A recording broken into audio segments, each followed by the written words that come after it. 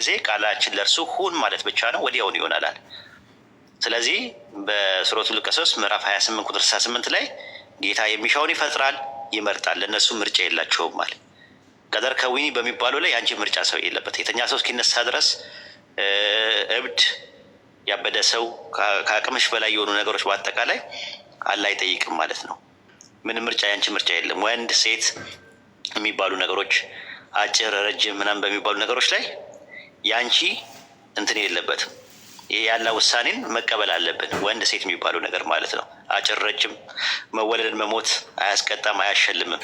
ሳንፈልግ የምናደርጋቸው የልብ ምት፣ የደም ዝውውር፣ መተኛት፣ ማዛጋት፣ ማስነጠስ አንጠየቅበትም። ምርጫም የለንም። እሱ የሰው ድርሻ የሰው ተሳትፎ ኢንቮልቭመንት የሌለበት ነገር ነው። ይህ ተወስኖት በስነ መለኮት ጥናት ውስጥ መንስኤው ተወስኖት ይባላል። ኮዛል ዲተርሚኒዝም ይባላል። በኢስላም ደግሞ ቀደር ከዊኒ ይባላል። ስለዚህ ድርሻ የለበትም። ይሄ ምን ዲሲሽን ነው? አንኮንዲሽናል ዲሲሽን ነው። የአላህ ውሳኔ፣ ሁኔታ አልባ ውሳኔ ነው። የአንቺ ምርጫ የለበትም። ወንድ በመሆንሽ ሴት በመሆኑ አንድ ሰው ምንም የሚያገኘው አጅርም የለውም፣ ቅጣትም የለውም፣ ሽልማትም የለውም።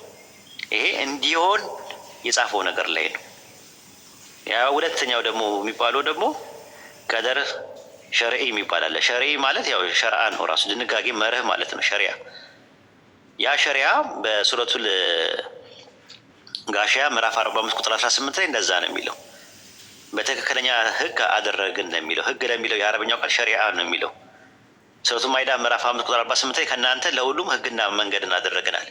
ሸሪያውን አምጥቶ ይሄ ነገር ሙፍረድ ነው፣ ይሄ ነገር ፈርድ ነው፣ ይሄ ነገር ሙስተሀብ ነው፣ ይሄ ነገር ሙባህ ነው፣ ይሄ ነገር መክሩህ ነው፣ ይሄ ነገር ሀራም ነው የሚለውን ነገር ከነገረን በኋላ የሰጠን ነጻ ፈቃድ አለ። በዛ በሰጠን ነጻ ፈቃድ ትጠየቃላችሁ ነው የሚለው። ነጻ ፈቃድ ሰጥቶናል ራሱ ማለት ነው። ሱረቱ አንቢያ ምዕራፍ 21 ቁጥር 23 ላይ ከሚሰራው ነገር ሁሉ አይጠየቅም፣ ነገር ግን ፍጡራኖቹ ይጠየቃለዋል። ያ ምን ይባላል? የሰው ምርጫ፣ የሰው ፈቃድ፣ የሰው ውሳኔ፣ የሰው ሚና፣ የሰው ድርሻ፣ የሰው ተሳትፎ፣ የሰው አበርክቶት ያለበት ነገር ማንኛውም በስነ መለኮት ጥናት ውስጥ ምን ይባላል? ተወስኗዊ ስነ መለኮት ሳይሆን በስነ መለኮት ጥናት ስነ መለኮታዊ ተወስኖት ይባላል። ቴዎሎጂካል ዲተርሚኒዝም ይባላል። በኢስላም ቀደር ሸርዒ ይባላል። በዚህ ነገር ላይ ለአንቺ ነው ምርጫውን የሰጠሽ። ስለዚህ አንድ ሰው ማመን፣ መክዳት፣ መታዘዝ፣ ማመስ፣ መቀበል፣ ማስተባበል፣ እንደገና ደግሞ እምቢ ማለት፣ እሺ ማለት የሚለው ነገር ለሰው ነጻ ፈቃድ ሰጥቶታል። በዚህ ነገር ላይ አላህ ጣልቃ አይገባም፣ አያስገድድም፣ እጅም አይጠመዘዝም። ከዛ በኋላ ያ ደግሞ ምን አለው? ፍሪ ዊል የሚባል ነገር አለ። ፍሪ ማለት ነጻ ማለት ነው። ሁለት ነገር ምርጫ ተሰጥቶሽ ወደ አንደኛው ስትሄጂ አንደኛው ነጻ ታደርጊዋለሽ ማለት ሁለት ነገር ይሰጥሻል። ምርጫ ምን አለው? ኦፕሽን ያለው ነገር ነው። ኦፕሽን ያለው ነገር አንደኛ ፍሪ ዊል የሚባለው በሁለት ይከፈላሉ። አንደኛው ራይት የሚባል አለ። ሁለተኛው ነገር ደግሞ ሪስፖንሲቢሊቲ የሚባል ነገር አለ። ኃላፊነት ያለበታል። አንደኛው ለምሳሌ መሳሳ ላይ ቀይ ወጥ እበላለሁ ወይ አልጫ እበላለሁ ብለሽ ብትይ ምርጫ ነው እሱ። በምርጫው ላይ ግን ኮንሲኩዌንስ የለውም፣ አትጠየቂበትም፣ መብትሽ ነው። ነገር ግን ኮንሲኩዌንስ ያለው ነገር በኋላ ላይ የሚያስጠይቅ ሪስፖንሲቢሊቲ ያለው ነገር አካውንታቢሊቲ ያለው ነገር ምን ይባላል? የተባለው መዘዝ ያለው ነገር ዘበት ያለው ነገር ተስፋና ደግሞ ዋስትና ያለው ነገር ሲመጣ ምን ይባላል? ያኛው የሚያስጠይቅ ሞራል አካውንታቢሊቲ ይባላል። ግብረ ገባዊ ተጠያቂነት መስኡል አደብ ይባላል። ያ ነገር ምንድነው? ሪዋርድ ኤንድ ፓኒሽመንት ያለው ነገር ቅጣትና ሽልማት ወይም ጀነትና ጀሃነም ያለው ነገር ማለት አላህ የቂያማ ቀንም ኩፋሮቹ ምንድን ነው የሚላቸው? ትክዱ በነበረበት ምክንያት እሳት ግቡ ይላቸዋል። ምክንያት ኮዝ ሰበቡ እነማን ናቸው? ራሳቸው ናቸው። አይኔ አስቀድሜ በጻፍኩት አይደለም። እነሱ ምንድን ነው የሚሉት? እኛ አላምንም ነበር፣ ካድን፣ አንሰማ ብለን ነው ምናምን እያሉ ራሳቸውን ነው የሚወቅሱት። አንተ በጻፍክበት ነገር ነው፣ አንተ እንትን ባልክበት ነገር ነው አይልም። እሱ የተጻፈው ያለ እውቀት ነው ራሱ። አንድ ኤግዛምፕል ልስጥሽ እስቲ። አንድ ሜትሮሎጂስት ነገ 6 ሰዓት ላይ ዝናብ ይዘንባል ብሎ ቀደም ብሎ ቢናገር ለዝናቡ መምጣት ፕሮሰስ አዎንታዊና አሉታዊ ተጽዕኖ አለው? አዲስ አለን ግምት ስለሆነ ሊሆንም ላይሆንም ይችላል። ግምት ስለሆነ ሊሆንም ላይሆንም ይችላል ወይስ ራሱ ስለሚያውቀው ፕሮባቢሊቲ ከፍ ሊል ይችላል?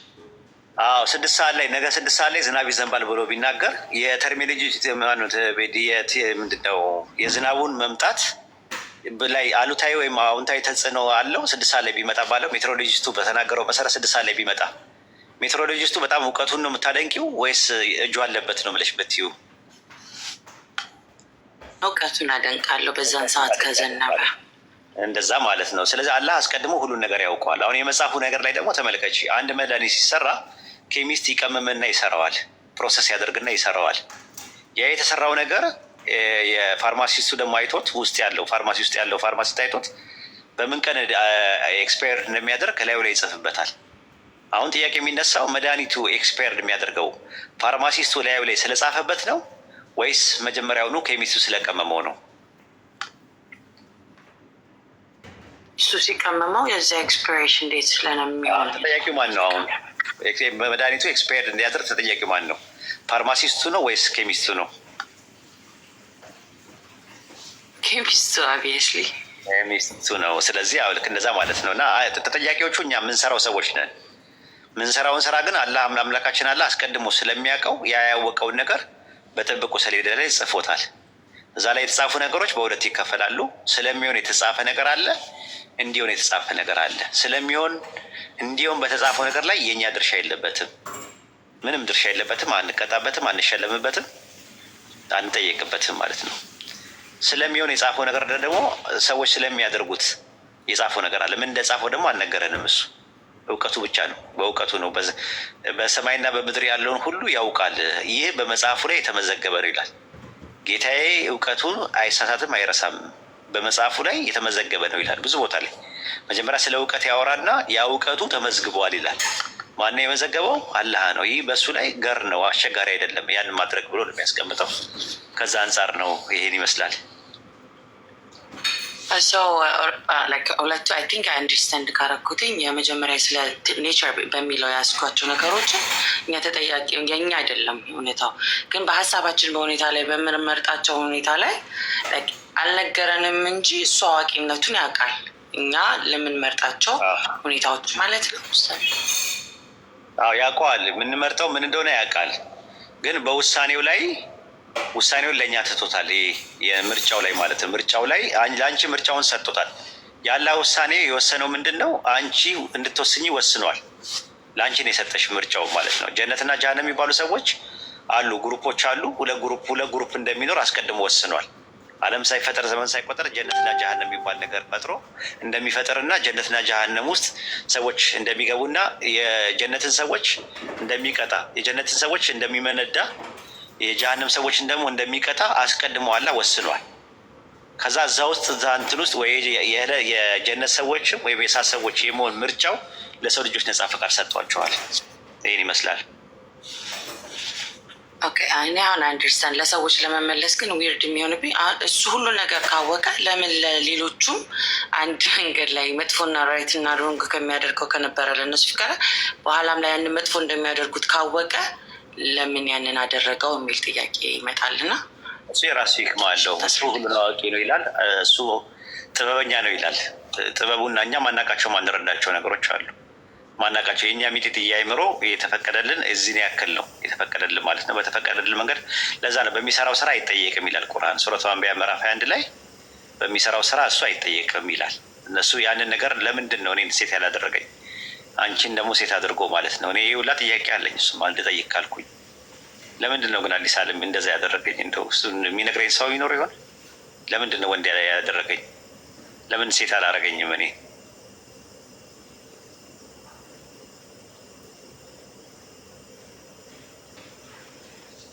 ለምንድን ነው ያደረገው እንደዛ? ለምን ሲስተሙን ዘረጋው? ራሱ ሰው የሚባል ወደ ፍጥረት ወደዚህ እንደዛ ነው እንትኑ። አንዳንድ ጊዜ ኮምፕሬንድ ማናደርጋቸው ነገሮች አሉ ከኛ ማለት እኛን የማይመለከተን ነገር እንትን ራሱ ይክማ አለው። ግን እውቀታችን ሚጢጥዬ ነው። ሪቪል በሆነው ነገር ነው እኛንተ የምንለው። ለምሳሌ አንድ ህፃን ልጅ እናቱ ኦፕራሲዮን ስትሆን ቢያይ ሆዷን ሲቀዷት ቢያይ ምናምን ነገር ማለት እናቴን እያከሟት ነው ብሎ ነው የሚረዳው አዲስ አለም? አይ አይደለም። በዛ ባለው አይምሮ ላይ ብልክ እንደዛ ብሎ አያስብም። እንደዛ ነው የእኛም አይምሮችም ሚጢጥዬ ነው። አንድ ሰው እናቱ ማህፀን ውስጥ እያለ አይን የሚባል ነገር እኮ እንትን ሌንስ የምታለው የምታፈራ የሆነ ላይት የሚባል ነገር አለ። እሱን ፐርሲቭ አድርገን ለማየት ነው እንደገና ደግሞ የሆነ ጆሮ የሚባለው ይሄ ሀመሩ ውስጥ ያለው ነገር ይሄ መስሚያው እሱ ደግሞ የሆነ ሳውንድ የሚባል ነገር አለ። ከዛ ጋር ኮምቢኔሽን ፈጥረን ለመስማት ነው። እግር የሚባለው ነገር ደግሞ የሆነ አስፋልት የሚባል መንገድ አለ። አስፋልት ላይ ስትሄድ ከእሱ ጋር እንድትሄድበት ነው ቢባል አንደርስታንዲንግ ሌቭሉ ላይፈቅድልህ ይችላል። እዛ ማዕፀን ውስጥ ሲሆን ማለት ነው። አያውቅም። የዓላማው ምን እንደሆነ አይገባውም። ልክ እኛም አሁን ያለን እውቀት ዱኒያ ላይ ነን ያለ ነው። ልክ እንደ ማዕፀን እዩ። እዛኛው ያለን እንትን እውቀት ጥቂት ነው የተሰጠን ነገር ማለት ነው። አንደኛ እሱ ነው። ሁለተኛ ነገር ደግሞ በምን አይነት ሁኔታ ይህን ነገር ለምንድን ነው የፈጠረን? ፍጥረት ራሱ ለምንድን ነው የመጣው? ለምን ድንጋይ አድርጎ አልፈጠረኝም የሚል ሰው ሁላ እኮ ሊኖር ይችላል። ለምን ድንጋይ አላደረገኝም? ለምን እንደዚህ ያላደረገም ምናምን ነገር እኛም በእኛ ልክ እየለካ ነው ስለሆነ ነው። ለምሳሌ አንድ ሰው ለዛ እኮ ነው ጥያቄ ራሱ የሚፈጠረው ምንድን ነው? ለአንቺ የተሰጠሽ ነገር ምንድን ነው? አንድ ነገር ከመሆኑ በፊት እና ከሆነ በኋላ የሚል ነገር አንቺ ጋር አለ። በታይም ውስጥ የተገደብሽ ነገር ነሽ ራሱ እና አንድ ሰው ሲያጠፋ ነው የምትቀጭው። ከማጥፋቱ በፊት እንደሚያጠፋ ብታውቂው ትቀጨዋለሽ ወይ? ለምሳሌ ኤግዛምፕል ትቀጨዋለሽ? አይ ያስቀመጥኩት ነገር ከሌለ እንደሚያጠፋ አውቃለሁ ብለሽ ብትቀጨው ምንድን ነው የምትባየው? በአንቺ ሂሳብ ማለት ነው። አንፌር ነው መሆኑ። አንፌር ነው ምነው? ለምን በታይም ውስጥ ነው ያለሽው። ታይም ውስጥ ነሽ ያለሽው። አየሽ፣ አንቺ ጋር አሁናዊ አላፊና መጻኢ ጊዜ የሚባል ውስጥ ተከበሽ ነው ያለሽው። በጊዜ ውስጥ ነው ያለሽው። አላህ ግን በጊዜ ውስጥ ነው የተከበበው ወይስ ጊዜን ያካበበ ነው? ሁሉ ነገር ባለቤት ስለሆነ ስለሚያውቅ ማለት ነው። በቃ እና በእውቀቱ ላይ ነው ያለው እና ያ እውቀቱና የኛ እውቀት ደግሞ አይመጣጠንም። እና ለምን አወቀ ያንን ነገር ከሆነ ሌላ ጉዳይ ነው። ራሱ እሱ ሁሉን አዋቂ ነው፣ ፈጣሪ ነው፣ ሁሉን አዋቂ እንደሆነ ነው። ሁሉን አዋቂ ነው። በዛ ላይ ደግሞ ፍትሐኛ ነው፣ ፈራጅም ነው፣ ይቀጣልም ይሸልማልም። ሪዋርድ ኤንድ ፓኒሽመንት አለው። በቃ ይሄ ባህሪው ነው የእሱ። ለምን እንደዚህ የሆነ ብለን ለምን እንደዚህ የሆነ ፈጣሪ እንዴት እንደዚያ ይሆናል? እንዴት ፈጣሪ ለምን አፍቃሪ ይሆናል ተብሎ አይባልም። ለምንድነው ፈጣሪ እጅግ አዛኝ የሚሆነው ነገር አለ እና ሌሎችም ትምህርቶች አሉ። ስለ ጀሀነም ራሱ ያለው ትምህርት ሰፋ ያለ ነገር አለው። ጀሀነም የሚባለው ነገር መጨረሻ ለዝንተ ዓለም መቆራረጥ ቢኖርም ግን እስከ ዝንተ ዓለም ድረስ እየተቀጡ ይኖራሉ ወይ እነዛ ሰዎች ወይስ ቅጣታቸው ያልቃል ወይስ አያልቅም የሚል የራሱ የሆነ ደግሞ ሰፊ የሆነ ነገር አለው። የሚሄዱበት ነገር አለ። እንደ ስራቸው መጠን ነው የሚቀጡት ወይስ እንትን ነው? እንደገና ደግሞ ኮምፕሊት ዲስትራክሽን አለስ ወይስ የለም? አኒሌሽን የሚባለው ማለት ነው። ምንምነት እንደዚህ ነገሮች ሰፋ ያለ ነገር ትምህርቶች አሉ። ከፈለግሽ ሌላ ጊዜ ይሄ ነገር የሚያሳስበው ለምንድን ነው? የጀሀነም ቅጣቱ ነው የሚያሳስበው እና ቅጣቱ ደግሞ እሱም ያለ እሱ ቀጪ ነው፣ ፍርዱ የእሱ ነው። ከምን አንጻር እንደሚቀጣም እሱ ነው የምናውቀው። ስለዚህ እኛ በቁርአንና ሀዲስ ላይ በመጣበት መሰረት እንቀበላለን። ከዛ ውጭ ያሉ ነገሮችን ግን ጥንቃቄ እናደርጋለን ማለት ነው። ይህን ይመስላል። ቁርአንና ሀዲስ ከሎጂክ ጋር አይቃረንም፣ ከሎጂክ ጋር ይስማማል። ግን ከሎጂክ ያለፉ ነገሮች ደግሞ አሉ። 3 ነገሮች ናቸው አይደል ያሉት? ከሎጂክ ጋር መስማማት፣ ከሎጂክ ጋር መቃረን፣ ከሎጂክ ያለፉ ነገሮች። ስለዚህ ከሎጂክ ያለፉ ነገሮች አሉ ኮምፕሬንድ ማናደርጋቸው፣ እነሱን ደግሞ ነቀል ይባላሉ ማለት ነው። ዲቫይን ሬቭሌሽን ሲሆን ማለት ነው። እሱን ነው የምንቀበለው። የተወሰኑ ነገሮች ሌላ ጊዜ ሰፋ አድርገህ እንደምንሄድበት አምሾር ብዙ ጥያቄዎችን የማላውቃቸውን ነገሮች ስላነሳልኝ ብዙ ጊዜ በበፊት እንትን ላይ ፈጣሪ ያንን የሆነው ስለማያውቅ ነው። እኛ ምድር ላይ ኤክስፒሪየንስ እያደረግን ነው። በኋላ ያለውን ይሄ መሀል ላይ ያለውን አያውቅም የሚባል ፍልስፍና እይታዎች ነበሩና እሱን እንዴት ታየዋለህ? ጨርሻለሁ። እኔ አመሰግናለሁ። እንትን አለ ናቹራል ኖሌጅ፣ አክቹዋል ኖሌጅ እና ሚድል ኖሌጅ የሚባሉ አሉ እና በጣም ሰፊ ናቸው።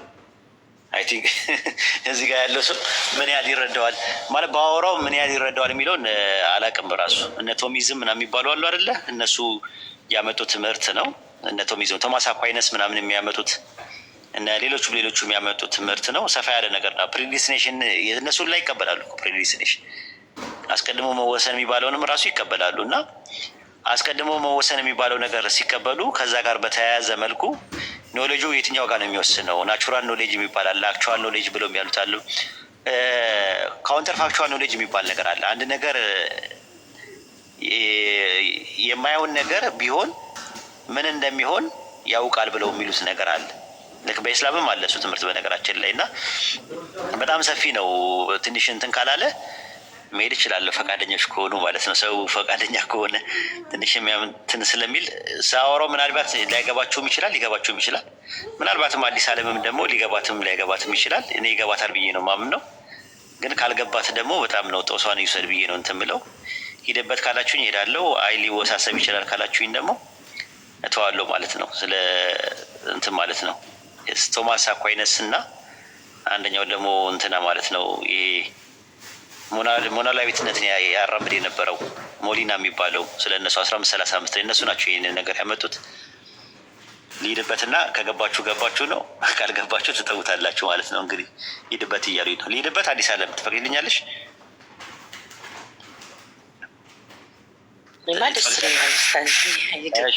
ያው እንደምትመለከቱት በ1525 ጀምሮ ከ15 ከ7 ይኖር የነበረው ቶማስ አኳይነስ የሚባል ሰው አለ።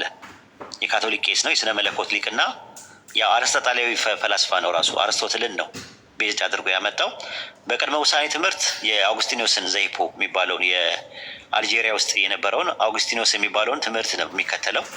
የእሱ ትምህርቶች በዲተርሚኒዝም ዙሪያ ላይ በአምላክ እውቀት ላይ ቶማሳዊነት ይባላል፣ ቶሚዝም ይባላል። ራሱ ቶማስ አኳይነስ መለኮታዊ ነጠላነትን አራማጅ ነው። ራሱ የሚለው ምንድን ነው? አውጉስቲኖስ የጻፈው እሱ አንድ መጽሐፍ አለው፣ ሱማ ቴዎሎጂያ የሚል አንድ መጽሐፍ አለው። አንብቡት፣ የምር ይጠቅማቸዋል። ኖርማል በዚህ ዙሪያ ላይ በጣም ሰፊ የሆነ ነገር አለው። የጦፈ ክርክርም ተነስተውበታል በእሱ የተነሳ ማለት ነው። ሱማ ቴዎሎጂያ የሚባል መጽሐፍ አለው። ፓርት 1 ፓርት 2 ምናምን ነገር አለው። አንብቡት። እኔ በፒዲኤፍ አስቀምጥላቸዋለሁ ቴሌግራም ላይ ከፈለጋችሁት ማለት ነው። ጭንቅላታችሁን በደንብ ነው የሚያፍታታው ማለት ነው። እና እሱ ምንድን ነው የሚለው አውግስቲኖስ የተናገረው ምን ይላል? በጥቅሉ የሚታየው ነገሩ የተገነዘበው ከተመልካች የተሰወረ አይደለም ብሏል። አካለዋ ነገር አምላክ በምነቱ ከታየ እርሱ ሙሉ ለሙሉ ይታያል። ምንም ከተመልካችነት የተደበቀ አይደለም፣ ይታወቃል። አምላክ ነጠላ ነው እና ስለዚህ ማንነቱን ያየ ሁሉ እርሱን ይገነዘባል። መጨረሻ ላይ አምላክን እናውቀዋለን፣ ሙሉ ለሙሉ እናውቀዋለን የሚል ትምህርት ነው ያለው። ያ እሱ ትምህርት ትክክል ነው ብዬ አላምንም። በእኛ ምንድን ነው ይሄ የነጻነት ዲቫይን ሲምፕሊሲቲ የሚባለውን ትምህርት እኛ አንቀበልም። ካቶሊኮች ናቸው ይህን የሚቀበሉት፣ ፕሮቴስታንት ይቀበላሉ። ኦርቶዶክስ፣ የምስራቅ ኦርቶዶክስም የኦሪየንታልም አይቀበሉትም። ይህንን በ1535 ላይ ነው እስከ 1600 ይኖር የነበረው ስፔናዊ የካቶሊክ ቄስ የነበረው ራሱ የስነ መለኮት ሊቅ የሚባለው ሞሊና የሚባል አለ። እሱ ያመጣው ትምህርት የመካከለኛ እውቀት የሚባል አሁን አንቺ የምትይው ሚድል ኖሌጅ የሚባል አለ እና እሱን አራማጅ ነው እና የእሱ ትምህርት ሞሊናዊነት ይባላል። የሞሊኒዝም የሚባል ትምህርት አለው። እሱ የሚያቀነቅነው አብዛኛውን ፒላርጌስ እሳቤ ላይ በጥቂት የሚጋደል ነገር አለው እና በአምላክ ፍቅር የፍልስፍናው ማረጋገጫ ፊሎሶፊካል ኖቲሽን እና አሰርሽኑ አጠቃላይ በዛ ላይ በጣም ዝነኛ ምሁር ነው። ሞሊና የአምላክ እውቀትን በ3 ይከፍለዋል። ልብ አድርጎ የተፈጥሮ እውቀት፣ ነፃ እውቀትና መካከለኛ እውቀት ብሎ ያስቀምጠዋል። የተፈጥሮ እውቀት የሚባለው ናቹራል ኖሌጅ ማለት አምላክ አስፈላጊ እውነትን የሚያውቅበትና ምን ሊከሰት እንደሚችል የሚያውቅበት እውቀቱ ሲሆን በፈቃዱ ላይ ያልተመሰረተ እውቀት ነው ይላል። እሱ ፈቃደኛ አይደለም ግን ያውቀዋል ብሎ የሚያስቀምጠዋል። እንግዲህ የመጀመሪያው ነው የሚያስቀምጠው። ሁለተኛው እውቀት ደግሞ ምንድነው? ነፃ እውቀት ይባላል፣ ፍሪ ኖሌጅ ይባላል። አምላክ ወደፊት ምንም ነገር እንደሚከሰት የሚያውቅበት እውቀት ሲሆን በፈቃዱ ላይ የተመሰረተ እውቀት በማለት ያስቀምጣል። ይሄ ነው እንግዲህ ያልኩሽ የመካከለኛ ምናምን የሚባለው ነገር፣ ቴስት ማድረግ የሚፈልገው ነገር እሱ ሲፈልግ ከሆነ በኋላ የሚያውቃቸው ነገር ቴስት ያላደረገው ነገር ብለው ፍሪ ኖሌጅ ይባላል። ከዛ በኋላ መካከለኛ ኖሌጅ ሚድል ኖሌጅ የሚባለው በተፈጥሮ እውቀትና በነፃ እውቀት መካከል ያለው እውቀት ነው። መካከለኛ እውቀት ተቃራኒ እውቀት ካውንተር ፋክቹዋል ኖሌጅ ይባላል። አምላክ አንድ ነገር ባልሆነበት ሁኔታ በተቃራኒ ሊሆን የሚችልበት አማራጭ የሚያውቅበት የእውቀት አይነት ሲሆን ተቃራኒ እውቀት ይባላል ማለት ነው። ካውንተር ፋክቹዋል ኖሌጅ ይባላል። ለምሳሌ ማቴዎስ ወንጌል ምዕራፍ 11 ቁጥር 21 ላይ ተመለከቱ። ወዮልሽ ኩራዚ፣ ወዮልሽ ቤተሳይዳ፣ በእናንተ የተደረገው ተአምራት በጢሮስና በሲዶና ተደርጎ ቢሆን ኖሮ ማቅ ለብሰው አመድ ነስንሰው ከብዙ በፊት ንስሐ በገቡ ነበርና። ተቃራኒ እውቀት ማለት ያልሆነ ነገር ፌሰብል ቲንግ የመሆን ነገር አክቹዋል ቲንግ ቢሰጠው ምን ሊሆን እንደሚችል ማወቁ ማለት ነው። ስለዚህ ኩፋሮች የቂያማ ቀን ምንድን ነው የሚያደርጉት? ምን ነው ወደ ምድረ ዓለም በተመለስን በጌታችን አንቀጾች ባላስተባበልን ከምዕመናንም በሆንን ዋ ምኞታችን ሲሉ የማይሆን ነገር የመሆን እድል ቢያገኝ ምን ሊሆን እንደሚችል አላህ ወደ ምድረ ዓለም በተመለሱ ጊዜ በተመለሱ ኖሮ ይላል ሲመልስላቸው ከእነርሱ ወደ ተከለከሉበት ነገር በተመለሱ ነበር በማለት የማይሆን ነገር የመሆን እድል ቢሰጠው ምን ሊሆን እንደሚችል የሚያውቅበት ማለት ነው። ጥቅሱን የቱ ጋር ታገኙታላችሁ? ሱረቱ አናም ምዕራፍ 6 ቁጥር 27 ላይ